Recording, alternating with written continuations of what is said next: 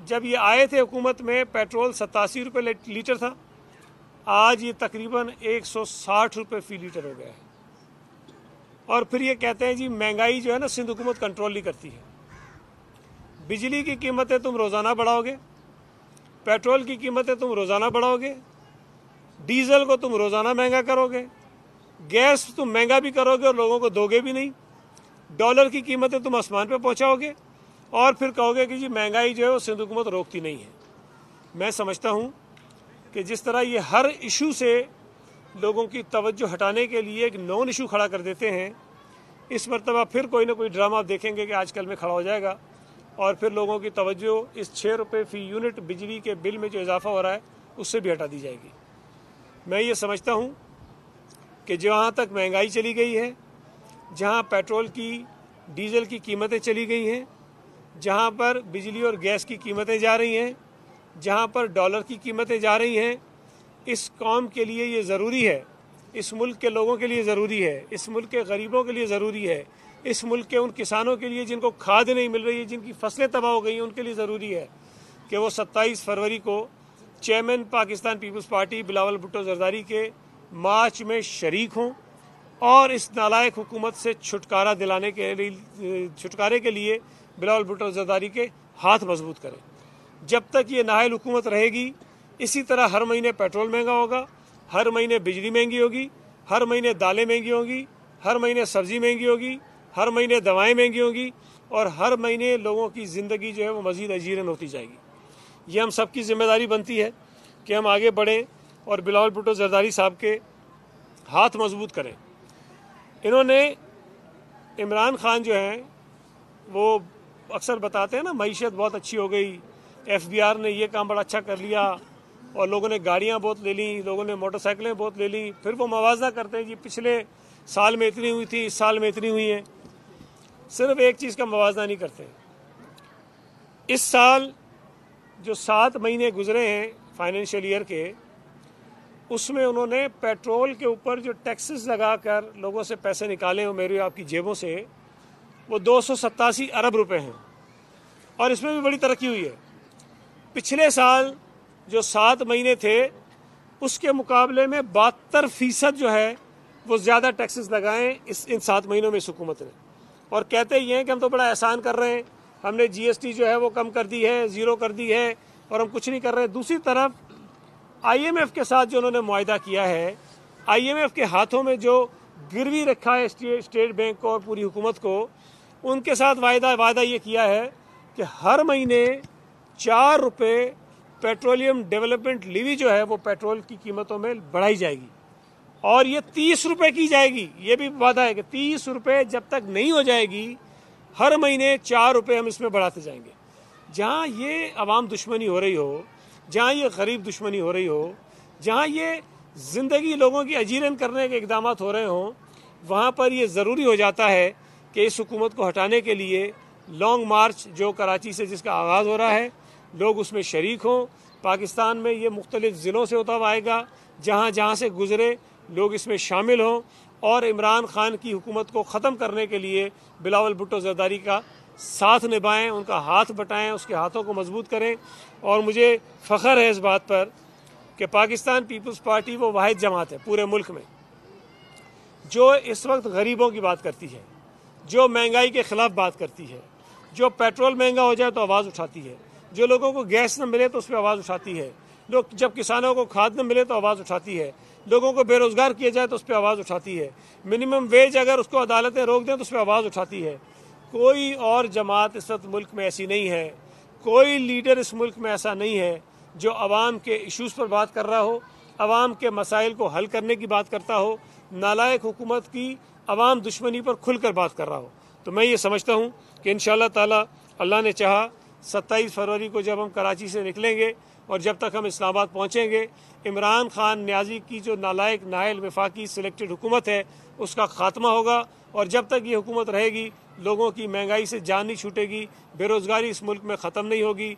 जो 1 करोड़ नौकरियाँ आनी थी वो तो आनी पता नहीं कब थी, लेकिन मज़ीद नौकरियाँ लोगों की चली गई हैं। जो 50 लाख घर बनने थे वो घर तो पता नहीं कब बनेंगे, लेकिन लोगों के घर जो हैं वो टूटे ज़रूर हैं।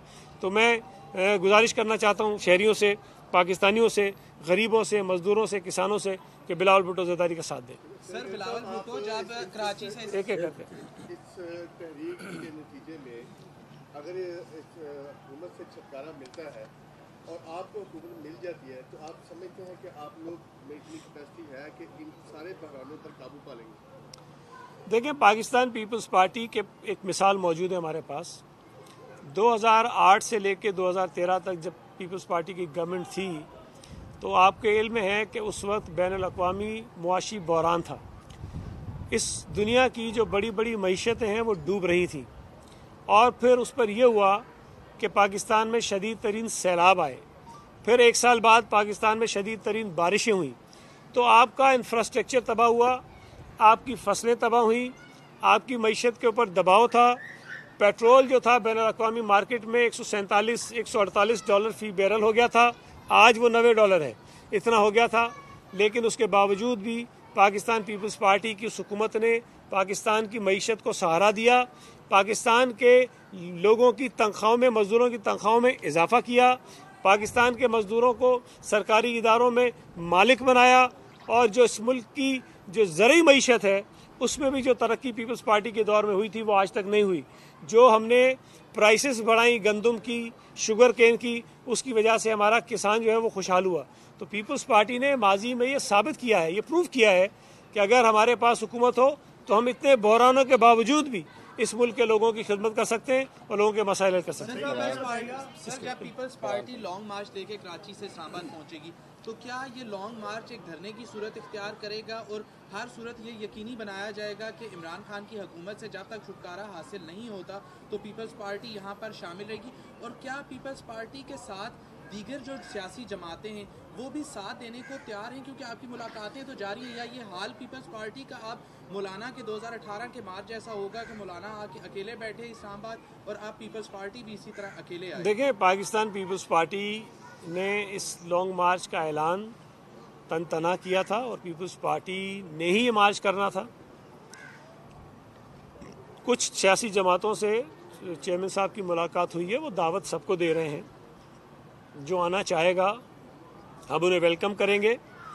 लेकिन पाकिस्तान पीपल्स पार्टी ये अपने ज़ोर बाजू पे लॉन्ग मार्च करना चाहती है और मैं ये समझता हूँ कि जब ये लॉन्ग मार्च चलेगा और इसमें लाखों लोग होंगे और जब ये मुल्क के मुख्तलिफ इलाकों से गुजरता हुआ आएगा तो इस मुल्क के लोगों की जो नफ़रत है इस हुकूमत के ख़िलाफ़ उसका लोग खुलकर इजहार करेंगे। इस मुल्क के लोगों की ज़िंदगी जो अजीरन हुई महंगाई की वजह से वो इस हुकूमत के ख़िलाफ़ अपनी नफ़रत का खुलकर इजहार करेंगे।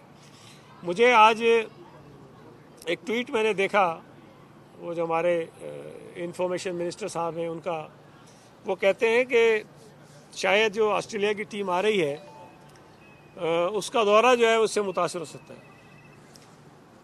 मुझे याद है जब इमरान खान साहब धरना लगा रहे थे उस वक्त चाइना के सदर को पाकिस्तान आना था और उनके साथ बड़े मुआहदे भी होने थे और बड़ी अहम चीज़ें डिस्कस होनी थी। उस वक्त इमरान नियाज़ी को समझाया भी गया कि ये काम आप मत करें, उन्होंने किया और चाइना के सदर का दौरा जो है वो मनसूख हुआ। उसके बाद PSL जब हो रहा था और PSL में जब टीमें आ रही थी तो इमरान खान ने कहा कि ये रेलू कट्टे पकड़ पकड़ के पता नहीं कहाँ से ला रहे हैं। आज ये PSL का भी क्रेडिट लेते हैं। मतलब इनके मुंह से ये बातें अच्छी नहीं लगती हैं। पाकिस्तान पीपल्स पार्टी का जो मार्च है वो धरना नहीं है। चेयरमैन बिलावल भुट्टो ज़रदारी ने ये कहा है कि वो ये अवामी जो दबाव है उसके साथ आएंगे, अवामी रेले के साथ इस्लामाबाद आएंगे और इस्लामाबाद आकर अवाम की इस जंग को वो पार्लियामेंट के अंदर जाकर लड़ेंगे। और हमने कभी माजी में भी पाकिस्तान पीपल्स पार्टी की जो तारीख आप देखें, माजी में भी हमने कभी भी कोई ऐसा काम नहीं किया जिससे अमन व अमान की सूरत हाल पैदा हो। हमने कभी ये नहीं कहा लोगों को कि बिजली और गैस के बिल मत भरो। हमने कभी ओवरसीज़ पाकिस्तानी इसको ये नहीं कहा कि रेमिटेंसेस अपने जो मत भेजो और हुंडी के ज़रिए पैसे भेजो।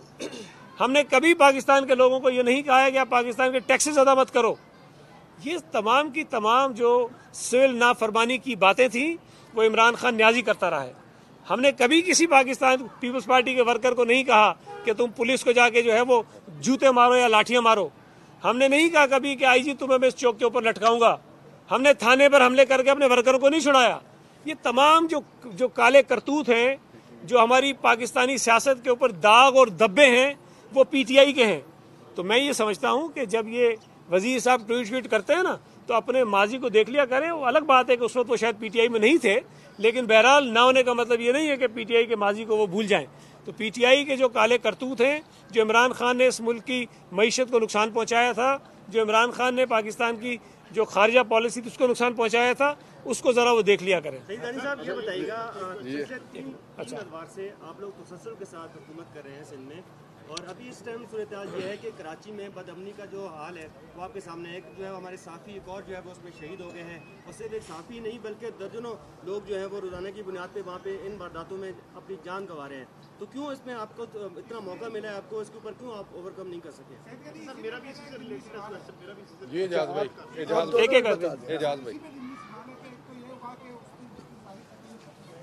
अतर वतीन जी जी जी